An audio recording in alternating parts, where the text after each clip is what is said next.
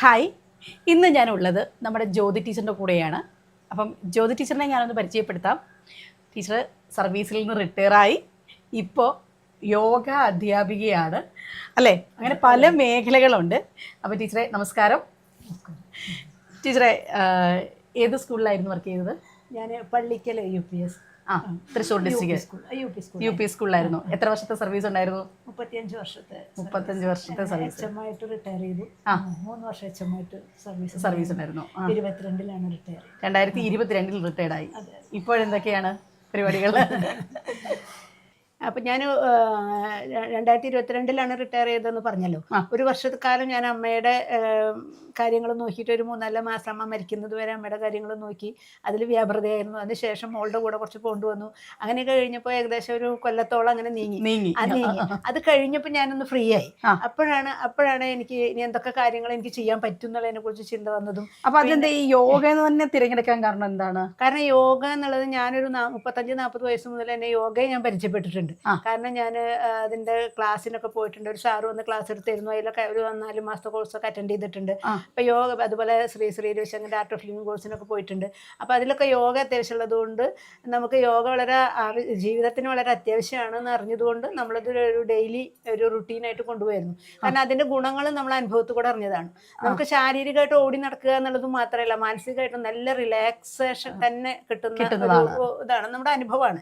അപ്പം അതുകൊണ്ട് നമ്മൾ എന്നും ഒരു എത്ര കുറച്ച് സമയമാണെങ്കിലും ഒരു അരമണിക്കൂറെങ്കിലും കണ്ടെത്തി നമ്മളത് ചെയ്യുന്നുണ്ടായിരുന്നു. അപ്പോൾ ഞാൻ റിട്ടയർ ചെയ്തപ്പോൾ എനിക്ക് തോന്നിയ അതിനെക്കുറിച്ച് കുറച്ചും കൂടി കൂടുതലായിട്ട് ഡീപ്പായിട്ട്, അതായത് വെറും ഒരു ആസനങ്ങളിലൂടെ മാത്രമുള്ള ഒരു അഭ്യാസമല്ല അത്, പ്രാണായാമം, ധ്യാനം, അങ്ങനെ കുറേ മേഖലകളിലൂടെ കടന്നു പോകേണ്ട ഒരവസ്ഥയാണ് യോഗ എന്നുള്ളൊരു ധാരണ എനിക്ക് ഡീറ്റെയിൽഡ് ആയിട്ടൊന്ന് പഠിക്കാൻ വേണ്ടിയാണ് തിയറി പ്രാണായാമം, ധ്യാനം, അതിനെ കുറിച്ച് കൂടുതൽ കാര്യങ്ങൾ. കാരണം പണ്ട് മുതലേ ഋഷിവര്യന്മാർ നമുക്ക് തന്നിട്ടുള്ള ഒരു അമൂല്യമായ സമ്പത്താണല്ലോ യോഗ.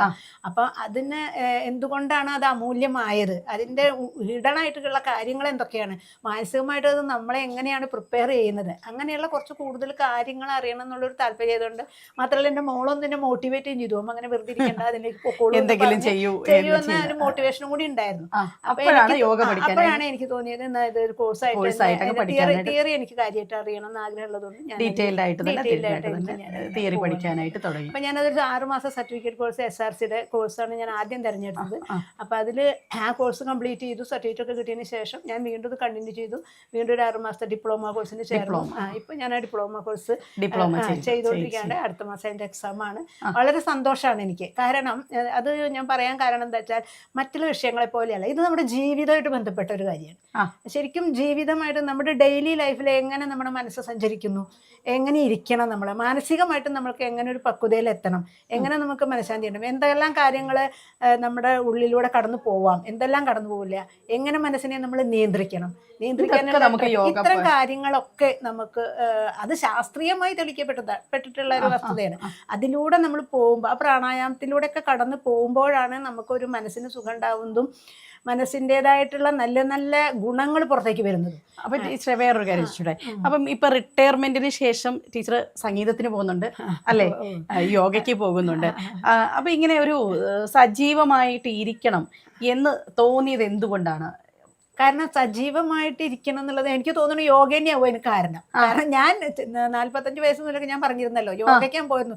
അതെന്നുള്ളൊരു എനർജി തന്നെ ആയിരിക്കണം. പിന്നീട് എനിക്ക് ഇങ്ങനെ വെറുതെ ഇരിക്കാൻ തോന്നാത്തൊരു പക്ഷേ യോഗ തന്നെയാണ് അതിന് ശരിക്കുള്ള കാരണം. രാവിലെ വീട്ടുപണികളൊക്കെ കഴിഞ്ഞ് കഴിഞ്ഞാൽ ഇതൊക്കെയാണ്. അപ്പൊ എനിക്ക് അത് ചെറുപ്പം മുതലേ ഈ 35 വയസ്സ് മുതലേ ഞാൻ യോഗയിൽ കുറച്ച് ചെയ്യുന്നത് കൊണ്ട് മാനസികമായിട്ടൊരു ഉഷാറ് എനിക്ക് എപ്പോഴും ഉണ്ടായിരുന്നു. മാത്രമല്ല എനിക്ക് വയസ്സായവരെക്കാളും കൂടുതൽ ചെറുപ്പക്കാരെ കൂടെ കൂടാനാണ് കൂടുതൽ. സംഗീത ക്ലാസ്സിൽ എത്ര വയസ്സുള്ള കുട്ടികൾ തൊട്ടുണ്ട്? സംഗീത ക്ലാസ്സിൽ ചെറിയ കുട്ടികൾ അടക്കണ്ട്. ഞാൻ ഒരു 4 വയസ്സുള്ള കുട്ടികൾ മുതൽ അവിടെ ഉണ്ട്. പക്ഷെ എനിക്ക് ഇതിനോടുള്ളൊരു താല്പര്യം, എനിക്ക് സംഗീതം പണ്ടും ഇഷ്ടമാണ്. പക്ഷെ എനിക്ക് പഠിക്കാൻ പറ്റിയിരുന്നില്ല, സാഹചര്യങ്ങൾ കൊണ്ട് അതിനുള്ള സൗകര്യങ്ങൾ ഉണ്ടായിരുന്നില്ല. റിട്ടയർമെന്റ് ആയപ്പോൾ നമ്മുടെ ആഗ്രഹം പൂർത്തീകരിക്കാം എന്നുള്ളൊരു പിന്നെ അതിനോട് താല്പര്യം ഉള്ളതുകൊണ്ടും ഞാൻ അതിനങ്ങനെ എടുത്തു. ഓക്കെ, അപ്പൊ ഈ ഇപ്പം 60 വയസ്സായോ? 60 വയസ്സിൽ സംഗീതം പഠിക്കുന്നുണ്ട്, യോഗ പഠിക്കുന്നുണ്ട്, ഡാൻസ് ക്ലാസ്സിന് പോകുന്നില്ല, കൈകൊട്ടിക്കളി, അത്ര പരിപാടികളൊക്കെ കൈകൊട്ടിക്കളിയുണ്ട്. ഓക്കെ, അപ്പം റിട്ടയർഡ് ആയിരിക്കുന്ന ഒരുപാട് പേരുണ്ടായിരിക്കും. അവരോട് എന്താണ് പറയാനുള്ളത്? യോഗ പോലുള്ള ഒന്ന് ശാസ്ത്രീയമായി പഠിച്ചാൽ എന്താണ് റിട്ടയർമെന്റിന് ശേഷമുള്ള ഗുണം? അത് തീർച്ചയായിട്ടും നമ്മൾ ചെയ്യേണ്ട ഒരു കാര്യമാണ്.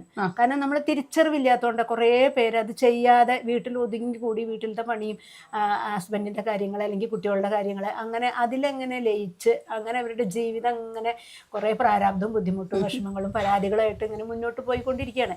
അതിൽ നിന്ന് പുറത്തു വരണം എന്നൊരു ആഗ്രഹം മാനസികമായിട്ട് അവർക്കില്ല. കാരണം അവർ അതിൽ പെട്ടുപോയി. അതിൽ നിന്ന് അവർ ഉദ്ധരിച്ച് അവർ അതിലേക്ക് പുറത്ത് വന്നാൽ മാത്രമാണ് ഇതിൻ്റെ ഗുണങ്ങളെ കുറിച്ചിട്ട് നമുക്ക് അവരോടൊന്ന് പറഞ്ഞു കൊടുക്കാനും അതിൽ തിരിച്ചറിവ് വന്നിട്ട് അവരത് കണ്ടിന്യൂ ചെയ്യാനൊക്കെ സാധ്യതകളുള്ളൂ. അപ്പോൾ എനിക്ക് പറയാനുള്ള എന്താണെന്ന് വെച്ചാൽ ഒരിക്കലും വീട്ടിലിരിക്കുകയല്ല. നമ്മൾ ഈ യോഗ എന്ന് പറയുന്നത് നിസ്സാരം വെറൊരു ആസനം മാത്രമല്ല, അതുമായി ബന്ധപ്പെട്ട മാനസികമായിട്ട് നമുക്ക് ഉന്മേഷം നൽകുന്ന ഒരുപാട് അഷ്ടാംഗങ്ങൾ എന്നാണ് യോഗയെക്കുറിച്ച് നമ്മൾ പറയുന്നത്. അഷ്ടാംഗങ്ങളാണ് പതഞ്ജലി മഹർഷി പറഞ്ഞിട്ടുള്ള അഷ്ടാംഗങ്ങളിലൂടെയാണ് നമ്മൾ യോഗ പഠിക്കുന്നതല്ലോ. അപ്പോൾ അതിൽ വരുന്നതാണ് ഈ ആസനം, പ്രാണായാമം, പ്രത്യാഹാരം, ധാരണ, ധ്യാനം, സമാധി, ഇതൊക്കെ. അപ്പോൾ നമ്മൾ ഇതിനെല്ലാറ്റിലൂടെയും കടന്നു പോകുമ്പോഴാണ് നമുക്ക് മാനസികമായിട്ടൊരു പക്വത, അതായത് നമുക്ക് എന്ത് പ്രശ്നങ്ങളെയും നേരിടാനുള്ള ഒരു കഴിവ്. പ്രായം കൂടുന്നവരാണ് എനിക്ക് തോന്നുന്നു സത്യമായിട്ട് ഇതൊക്കെ നമ്മൾ പഠിക്കേണ്ടത്. കാരണം നമുക്ക് മാനസിക പക്വത വയസ്സാകുമ്പോൾ നമ്മൾ കുട്ടികളെ പോലെ ആവുന്ന ഒരു അവസ്ഥയിലേക്കാണല്ലോ പ്രായം കൂടുന്നവർ പോകുന്നത്. അപ്പോൾ അതിന്നൊക്കെ വിട്ടിട്ട് മക്കളിലോടൊരു പരാതിയും പരിഭവവും ഇല്ലാണ്ട് ഉള്ളതിൽ സംതൃപ്തി നേടിയിട്ട് ഉള്ള സമയത്ത് സന്തോഷമായിട്ട് ഉള്ളതിൽ സന്തുഷ്ടിയോടുകൂടി കുടുംബത്തോടു കൂടെ ജീവിക്കാൻ ഏറ്റവും നല്ല ഒരു നമ്മുടെ ജീവിത ശൈലിയാണ് യോഗ.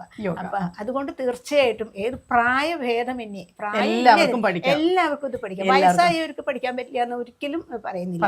ഇല്ല, കാരണം എൻ്റെ അനുഭവത്തിൽ വയസ്സായവർ ഇത് അറിഞ്ഞിരിക്കണം, ഇത് പഠിച്ചിരിക്കണം. ഒരു 6 മാസത്തെ കോഴ്സെങ്കിലും അവർ അറ്റൻഡ് ചെയ്ത് അത് കണ്ടിന്യൂ ചെയ്താൽ അതിന്റെ മാറ്റം ശാസ്ത്രീയമായി പഠിക്കുക എന്നുള്ളതാണ്. അവർക്ക് അതിന്റെ ഗുണങ്ങൾ തീർച്ചയായിട്ടും ഉണ്ടാവും. അപ്പോൾ യോഗയെ പറ്റി നിങ്ങൾക്ക് കൂടുതൽ അറിയാൻ ആഗ്രഹമുണ്ട് എങ്കിലും ഒക്കെ നമുക്ക് കൂടുതൽ നിങ്ങളുടെ കമൻസുകൾ താഴെ പോരട്ടെ. അപ്പം വീണ്ടും പുതിയൊരു വീഡിയോ ആയിട്ട് നമുക്ക് വീണ്ടും കാണാം. Thank you teacher. CC Onam, നല്ലോണം പഠിച്ചോണം.